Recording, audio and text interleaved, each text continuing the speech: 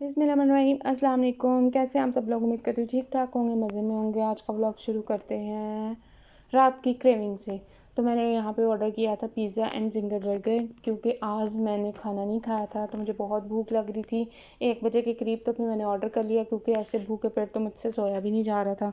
तो फिर मैंने अपने हस्बैंड से कहा कि मुझे ऑर्डर कर दे, मुझे बहुत भूख लग रही है।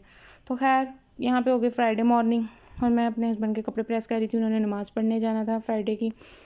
तो सबसे मुश्किल काम मुझे यही लगता है, हस्बैंड की शर्ट को प्रेस करना, क्योंकि शादी से पहले मैंने कभी कपड़े प्रेस नहीं किए थे जेंट्स, इसलिए मुझे जेंट्स शर्ट प्रेस करना बहुत मुश्किल लगता है। अब तो ये कर करके आ गया, लेकिन फिर भी मुझे ये शोल्डर के पास से, गले के पास से ना कपड़े प्रेस जेंट्स के बहुत टफ़ लगते हैं, क्योंकि हमारे अब्बू ने कभी हमसे करवाए नहीं थे, इसलिए आदत नहीं थी जेंट्स के कपड़े कैसे प्रेस करते हैं, कैसे नहीं प्रेस करते। तो ये शादी के बाद ही पता चलती है। ऐसे बहुत से काम होते हैं जो आप शादी से पहले नहीं करते, लेकिन शादी के बाद आपको ऐसे ऐसे काम भी करने पड़ते हैं जो आपने सोचे भी नहीं होते। सारे काम सीखने पड़ते, करने पड़ते हैं। तो यहाँ पे मैंने रूम वगैरह भी सेट कर लिया, बेडशीट वगैरह सेट कर ली, गंद उठा लिया। तो बाहर मैं आई तो यहाँ पे मैंने कल के कपड़े वॉश किए हुए थे, तो वो धूप में काफ़ी सूख के गरम गरम हो गए थे। तो मैंने सोचा अब इनको मैं उतार के ये समेट लूँ, फिर खाना वगैरह बनाना है। तो यहाँ पे मैं कपड़ों को हाथ लगा रही थी, कपड़े बहुत ज़्यादा गर्म थे, तो इसलिए आराम आराम से उतार रही थी, क्योंकि गर्मी बहुत ज़्यादा थी। गर्मी में तो कोई चेंज नहीं आ रहा। आज भी देखें आप, धूप कितनी ज़्यादा निकली हुई है, और कपड़े भी बहुत ज़्यादा हीट छोड़ रहे थे। फिर खैर मैं कपड़ों को उतार के एक रूम में ले आई, और मैंने फ़ैन ऑन कर दिया ताकि थोड़ी ठंडे हो जाएं। फिर मैं इनकी तह लगाऊँ, इनको समेटूँ। फिर उसके बाद मैं इनकी कपड़ों की तह लगा दी। यहाँ पे मैंने कपड़े तह करके रख दिए। ये हस्बैंड की साइड थी बेडशीट एंड मेरे कपड़े, तो इनको मैं इनकी जगहों पे रख दूँगी। मेरे कपड़े मेरी कबर्ड में, हस्बैंड के कपड़े हस्बैंड की कबर्ड में, बेडशीट बॉक्स में चले जाएंगे।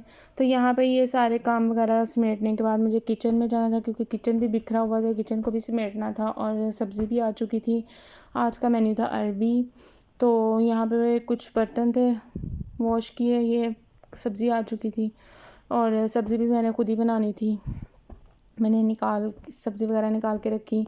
टमाटर, हरी मिर्चें, लहसुन, अदरक और एक प्याज छोटा सा लिया। तो मैंने कहा कि मैं पहले इनकी कटिंग कर लूँ। फिर कटिंग करके अगर चीज़ें रखी हो ना, तो फिर आपको बनाने में ज़्यादा टाइम नहीं लगता, प्रॉब्लम नहीं होती। अगर आपने साथ साथ बना रहे हैं और साथ साथ कटिंग कर रहे हैं, वो ज़्यादा मसला हो जाता है। तो मैंने ये सारी चीज़ें खुद करनी होती हैं, मुझे किसी ने कटिंग करके नहीं देनी होती। ये कटिंग शटिंग मैंने सारा कुछ खुद करना होता है। तो इसलिए फिर मैं प्रेफ़र करती हूँ कि पहले मैं सारी चीज़ें रेडी कर लूँ, फिर मैं बनाना स्टार्ट करूँ, ताकि मुझे प्याज ना जल जाए या कोई प्रॉब्लम ना हो। तो यहाँ पे मैंने अरबी अरबी काट के उसको नमक लगा के पानी ऐड करके ना उसको रख दिया था, ताकि वो अच्छे से बीच में भीगी रहे। और फिर मैं उसको थोड़ी देर बाद मसलूँगी, और मसल के इसका पानी स्ट्रेन आउट कर दूँगी, ताकि वो जो भी इसके अंदर कहते हैं कि लेस होती है, जो भी होता है वो निकल जाएगा। तो यहाँ पे आप देख सकते हैं गैस का प्रेशर इतना कम था। ये प्याज पूरे 15 से 20 मिनट के बाद गोल्डन ब्राउन होना स्टार्ट हुआ था। तो गैस बहुत कम आ रही थी। फ्राइडे को भी बहुत कम आती है, आगे पीछे भी आजकल बहुत गैस का इशू है। तो इस वजह से यहाँ पे मैंने लहसुन अदरक ऐड कर दिया इसके अंदर, क्योंकि प्याज ब्राउन हो रहा था। तो मैंने चम्मच के साथ इसके अंदर ऐड कर दिया, क्योंकि एक हाथ में मेरे कैमरा था और एक हाथ में मोबाइल था, सॉरी, और एक हाथ में मेरे चम्मच था। तो मैंने साथ साथ हटा दिया चूल्हे से कि प्याज ज़्यादा ब्राउन होकर ब्लैक ना हो जाए, फिर वो कड़वा कड़वा टेस्ट ना आने लग जाए, इतनी मेरी मेहनत ज़ाया हो जाएगी जो मैंने इतनी मेहनत की है बनाने में। फिर उसके बाद मैंने इसके अंदर ये सारी चीज़ें ऐड कर दी, और ऐड करने के बाद मैंने उनको अच्छे से मिक्स किया, और दोबारा चूल्हे के ऊपर रखूँगी ताकि इसको भी ये ब्राउन होना स्टार्ट हो जाए। इसकी खुशबू मुझे बहुत पसंद है, बहुत ज़्यादा अच्छी लगती है मुझे तड़के की खुशबू। तो अब ये मैंने यहाँ पे रख दूँगी। पहले मैं इस वे से खाना नहीं बनाती थी, ये मैंने शादी के बाद ये वाला तरीका जौन सा भी प्रोसीजर है ना, ये मैंने सीखा है। शादी से पहले मैं सारे मतलब ग्राइंड कर लेती थी प्याज को, या पानी के अंदर प्याज को कटिंग करके ना उसको उबलने के लिए रख देती थी। जब वो जैसे ही नरम पड़ता था तो उसको अच्छे से मैश कर लेती थी, और फिर उसके अंदर ऑयल ऐड कर लिया। वो फिर ये होता था कि कौरमा भी आपको बनाने के लिए फिर वो ग्राइंडर में ग्राइंड करना, ये वैसे सारी चीज़ें नहीं करनी पड़ती थी। वो भी प्रोसीजर बहुत ईजी था, मैंने ज़्यादातर तो उसी से ही बनाती थी। लेकिन शादी के बाद जब मेरी जेठानी और मेरी सास वगैरह इस तरीके से बनाती थी, तो फिर मैंने ये भी तरीका देखा, सीखा। अब मुझे ये ईज़ी लगता है। अब मुझे वो ज़रा थोड़ा-सा मुझे लगता है कि क्या पानी के अंदर रखो, पहले उबलेगा, फिर उसको मैश करूँगी, फिर फ्राई करूँगी। तो वो वाला प्रोसीजर भी ठीक है, और ये ज़रा ईज़ी वे है। जल्दी जल्दी खाना बन जाता है, आपको ज़्यादा टाइम नहीं देना पड़ता।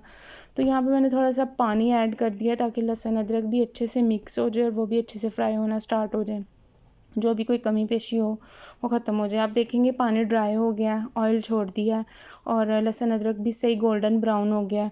अब मैंने सारे साथ साथ स्पाइसेस वगैरह भी निकाल लिए थे, नमक, मिर्च, हल्दी और सूखा धनिया, ज़ीरा और एक दालचीनी का टुकड़ा, तो वो भी मैं इसमें ऐड कर दूँगी साथ साथ। तो ये मैंने इसके अंदर सारे टमाटर पहले ऐड करूँगी ताकि टमाटर इसके अंदर अच्छे से मिक्स हो जाए, टमाटरों का जो जूस वगैरह पानी है वो अच्छे से इसके अंदर आ जाए, इसका टेस्ट बन जाए। फिर उसके बाद मैं जो सारे स्पाइसेस इसलिए निकाल के रख लिए थे कि मुझे प्रॉब्लम ना हो कि टमाटर वगैरह मैंने मिक्स करके, फिर कभी ये होता है ना कि गैस का प्रेशर एकदम से तेज़ हो जाता है तो वो खाना साथ लगने लग जाता है, जो भी आपने बनाया होता मसाला वगैरह। तो इसलिए फिर गैस का मैंने फुल प्रेशर खोला हुआ था, वो कम थी। लेकिन किसी भी टाइम ज़्यादा हो जाए तो वो फिर बंदे को होता है कि मैं ये काम पहले कर लूँ कि वो फटाफट दूर जल्दी से वो कर लूँ, तो ये चीज़ें होती हैं। तो यहाँ पे मैंने हरी मिर्चें, स्पाइसेस वगैरह सब कुछ ऐड कर दिया क्योंकि टमाटर मेरे अच्छे से गल चुके थे। टमाटर गल जाएंगे फिर उसके अंदर सारे स्पाइसेस ऐड करने हैं आपने। सारे स्पाइसेस ऐड करने के बाद यहाँ पे मैंने इसको अच्छे से मसल के धो के रख लिया था और साथ ही साथ मैंने लेमन वाटर बना लिया क्योंकि गर्मी बहुत ज़्यादा थी और प्यास भी बहुत लग रही थी, तो फिर मेरा दिल चाहा था कुछ नमकीन पीने को, तो इसलिए फिर मैंने लेमन वाटर बना लिया। अब यहाँ पे मैंने अरबी और आलू दोनों इसके अंदर ऐड करके दोनों को अच्छे से मिक्स कर लिया और मसाला इसका भूनने लगी।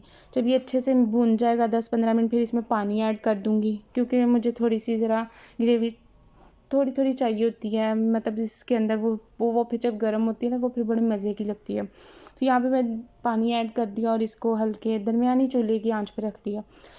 तो यहाँ पे मेरी सब खाना रेडी हो गया, मेरी रेसिपी जो भी थी ये यहाँ पे रेडी हो गया।